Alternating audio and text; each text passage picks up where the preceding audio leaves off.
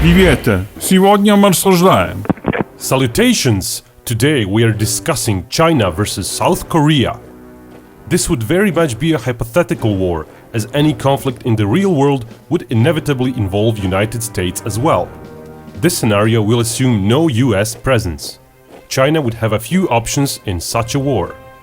It could do a pure airstrike campaign, it could try performing an airborne and sea assault, or, since we're talking of hypotheses anyway, it could try and get the North Korea to provide free passage and secure itself a route for its vast land army.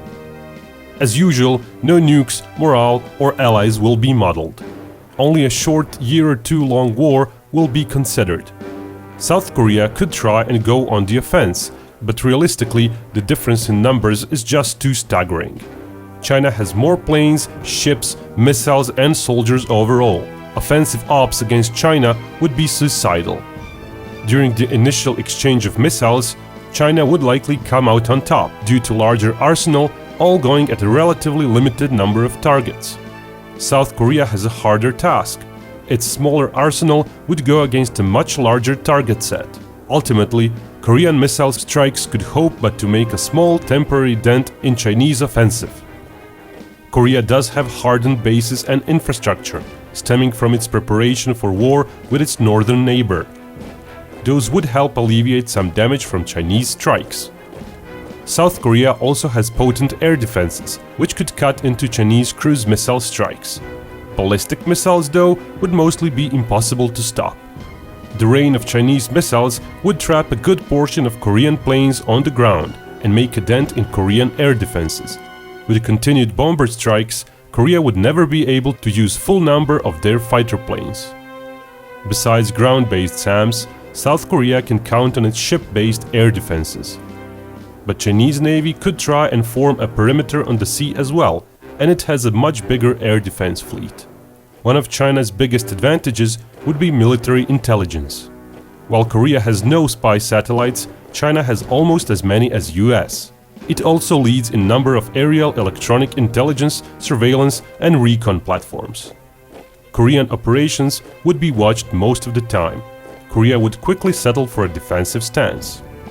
China would seize the initiative, but would probably have to wait before starting a large-scale bombing campaign. It would first have to reallocate its air forces, and it would initially lack enough strike planes in range. Eventually, even civilian airports would get configured as strike bases, and most of its air force could be used against Korea. Still, China has a relative lack of multi-role planes and precision strike weapon platforms. Some of its planes are also very short-ranged. That would all limit Chinese bombing potential and would protract the aerial campaign.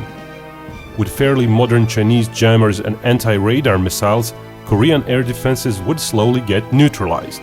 China could lose hundreds of planes in the process, though.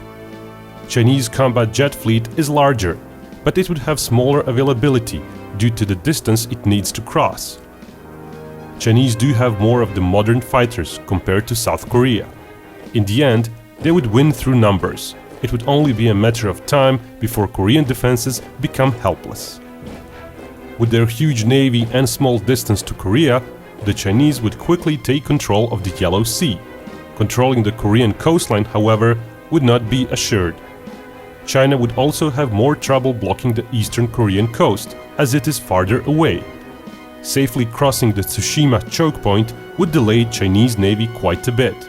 Only after catching up with Korean Navy and getting rid of the Air Force threat could China hope to blockade its opponent. That might take up to a year.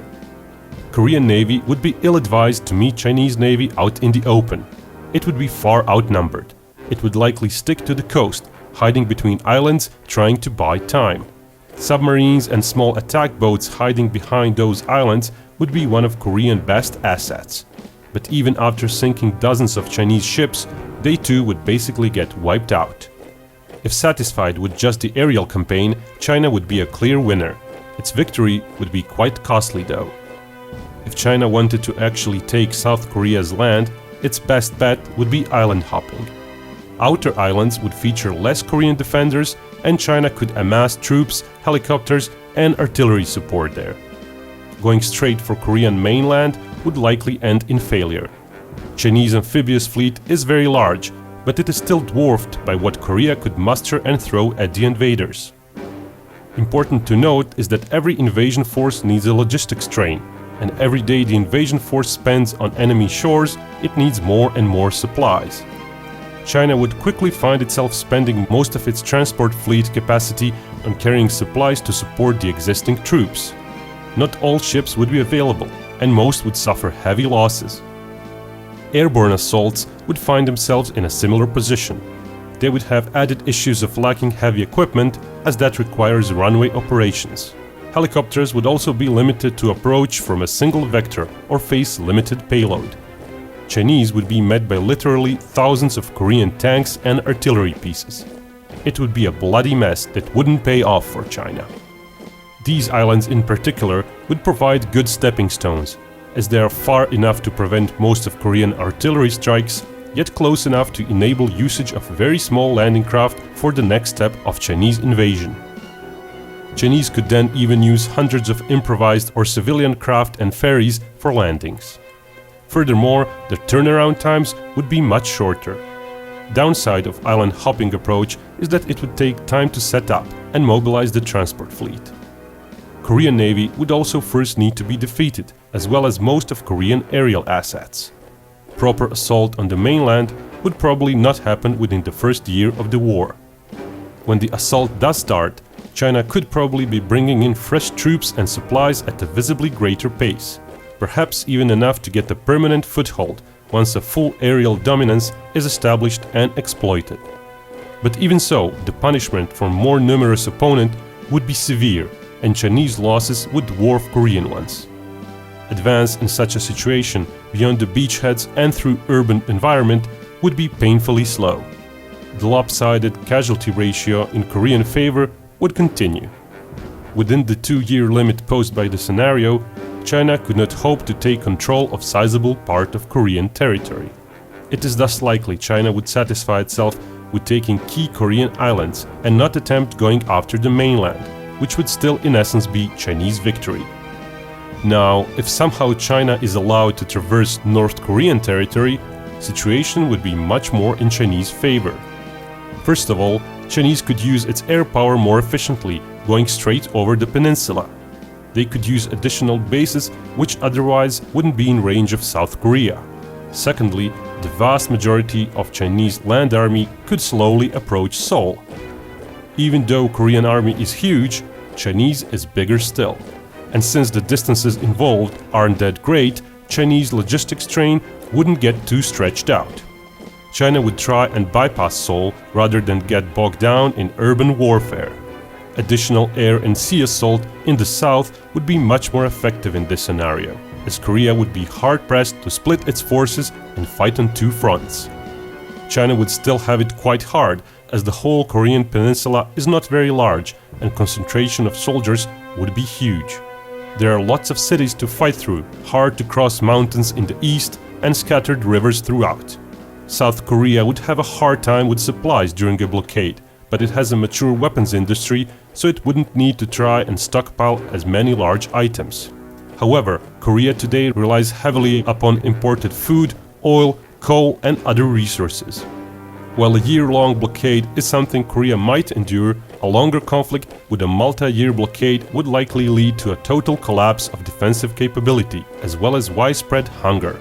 In the end, pressing for near total domination within 2 years would mean numerous Chinese casualties. Even Seoul could fall eventually, but only if China is willing to accept casualty ratio of several to 1. Final result would still be the same: Chinese victory. As usual, feel free to subscribe, and if you really like my videos, you can support me via the above link through the Patreon crowdfunding website. And if you'd like to see a specific pair to be made into a video, hop over to my website using the link above, and there you can submit pairs you'd like to see, as well as vote in my monthly poll, deciding which videos will be made. And remember, Binkov may talk about hypothetical wars, but only real peace can bring us all together.